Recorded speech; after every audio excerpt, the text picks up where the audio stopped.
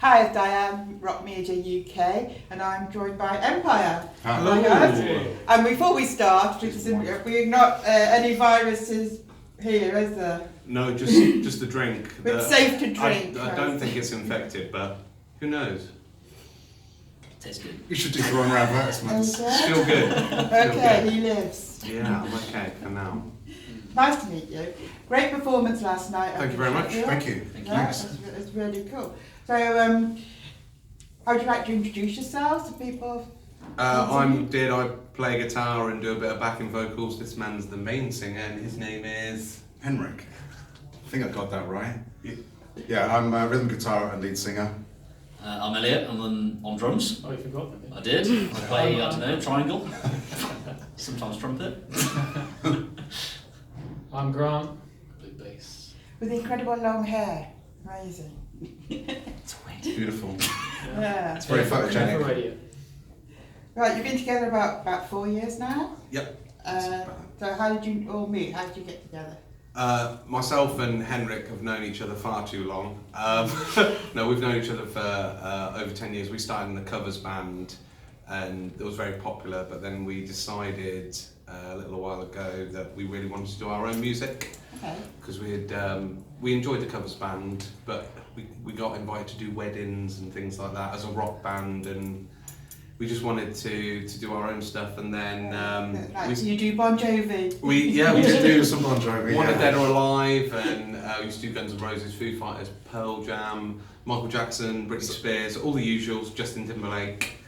And plenty of stuff that, like Pearl Jam and Stone Temple Pilots and Audioslave, that wasn't really sort of wedding material. So while we ever got asked to do a wedding, apart from one, which was that was a proper rock wedding. They specifically want a plush by Stone Temple Pilots. But yeah, why we ever did that, I don't know. So we thought we're better off going our own way, basically. And we used to do that song as well. Fleetwood Mac, yeah.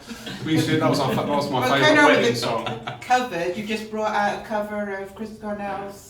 Yes. Yeah, That came out on was Friday. it You Know My Name, the James Bond thing? Yeah. So we started off just me and Henrik, and then predominantly acoustic, just because we couldn't find the other guys, the missing parts, and then these two guys have fulfilled the mould, and now we're a four-piece. So.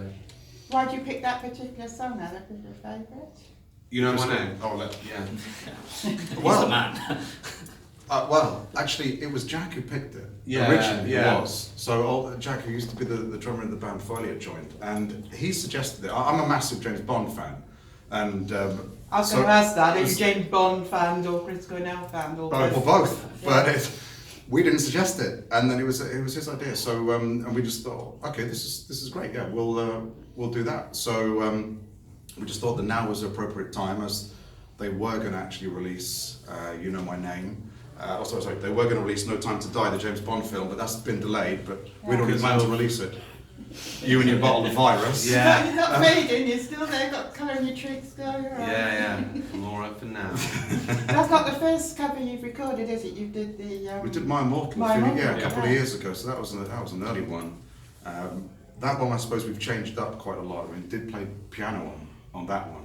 So we like to do a cover now and again, but I was going to say, you're making a habit of it, or you going to carry on with? Once every couple of years, maybe. When something comes along, if it's appropriate, we'd do it. Otherwise, our focus is we want to do our own stuff predominantly, but it's nice to throw in a cover. Sometimes, I think a crowd, they want to know something that they recognise. If they've never heard of us before as well. So we played You Know My Name to the Winter's End crowd at Planet Rock and a lot of the crowd there hadn't heard much about us, and that was, they know the song, so it was a really good introduction to them, to us, what we do, to go alongside our music as well. But we also have done one obscure cover. We've taken the club track Titanium by Sea, and we've done a rock version of that. We don't play that much anymore because Graham did test it. It's your favourite song ever, isn't it? I like it. I wrote a guitar solo for it. But there's an acoustic version on our YouTube channel if you want to check it out. Well, talking of Planet Rock, you're on Planet Rock's playlist with My Bad, aren't you? So yeah, that's off the back of that's an last original. weekend. Yes. Yeah, that's track one from Self-Aware. That's the album if you haven't heard it. Yeah, right. available everywhere. So that must be really impressive to be on Planet Rock. Oh, we're really pleased to get playlisted. It's only been New Republic that got playlisted before, so to then get My Bad on the strength of our performance last week at Winter's End, then yeah, we were pretty pleased that turned up. So how do you describe your music then? Is it like the post-grunge as you listed, or do you do a bit of everything?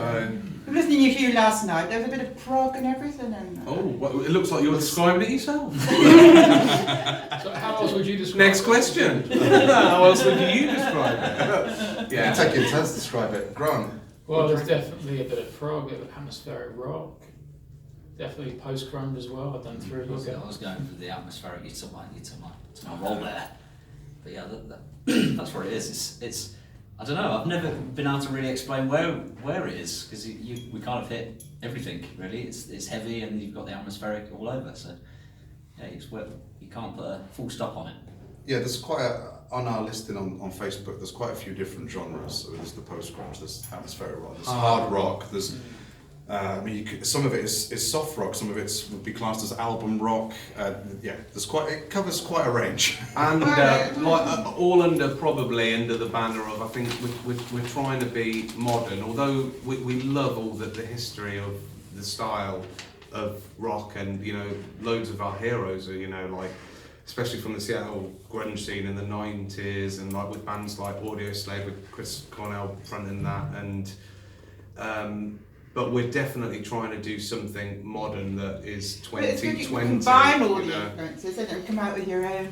Yeah, not just rock influences either. There's some country influence in there. There's like acoustic singer-songwriter stuff. Well, if you go into our fan group at the moment, we've all been putting on our sort of top 10 albums, and I suppose that's actually, if you go look at that gives you an insight into what makes Empyre. Because if you look at my choices, there's quite a lot of prog on there, quite a lot of rock. Look at Deadton, it's Avril Lavigne and pop, and and then you go to Henrik's. Well, Henrik's sort of yet to do his. Mine's gonna be ABBA related. There will be some ABBA in there. Queen. There will be no Queen. There'll be Shaking Stevens. There will be some Shaking Stevens in there. Yeah. Some George Michael. Yeah, definitely. Yeah. I think we just have a Maybe variety. Such a big difference between the song that works. Richard Marx might make an appearance. Oh, you see, I hadn't thought of that. Yeah. But I think I recognised all of about one or two albums that Grant put on there, all of about one or two albums that Elliot put on there, and I probably knew like most of the ones you put on there. But it's the age, it's the age difference thing. That's what it is. Thanks, man. No problem, son. Right, well, we're here at the Queen's Hall in Nuneaton tonight. You played here before? No, but it's a great room. It's really cool. It? Yeah. Yeah, and there's a great bar downstairs, crew bar downstairs. It's got like the Rock and Roll Hall of Fame on the wall as well, all the pictures and everything. And I noticed a gap for a picture for maybe another band. Maybe we could leave some, or just stick it up, just next to the Foo Fighters, like Empyre. Okay. Just like foreshadowing, maybe. We'll see. So after this run of dates, what's next for Empyre? Well, we were going to be doing HRH AOR, but that's been Cancelled. cancelled. My wicked work. We were going to be. We're actually really gutted about that. We had a really nice time slot for that as well, and that was in Great Yarmouth, and it's been postponed. That's it's true. going to be on. We are postponed. going to play that event, but details to be confirmed. So that was the next thing. So I think we're actually going to have a night off and probably eat pizza, play pool, and listen to Taylor Swift. Glasgow? Yeah, the next gig I think is April the 4th in Glasgow with Revival Black and Scarlet Rebels. That's a wildfire kind of pre-festival. So we're doing quite a few of the festivals this year. We've got Wildfire, Call of the Wild, Love Rocks, and others that I can't remember off the top of my head right now. And some we can't announce yet. Schedule. Well, yeah. Let's hope it all goes ahead. Yeah, we've got the Fairport thing as well. We're on property on the Edge stage, Park Fairport convention as well, which is pretty cool. A bit different. Brilliant, So. great. Glad you're busy. Lovely, thanks for talking to us. Thank you. And good luck with the show tonight, guys. Thank you very much. Thank you very much. Don't forget to wash your hands.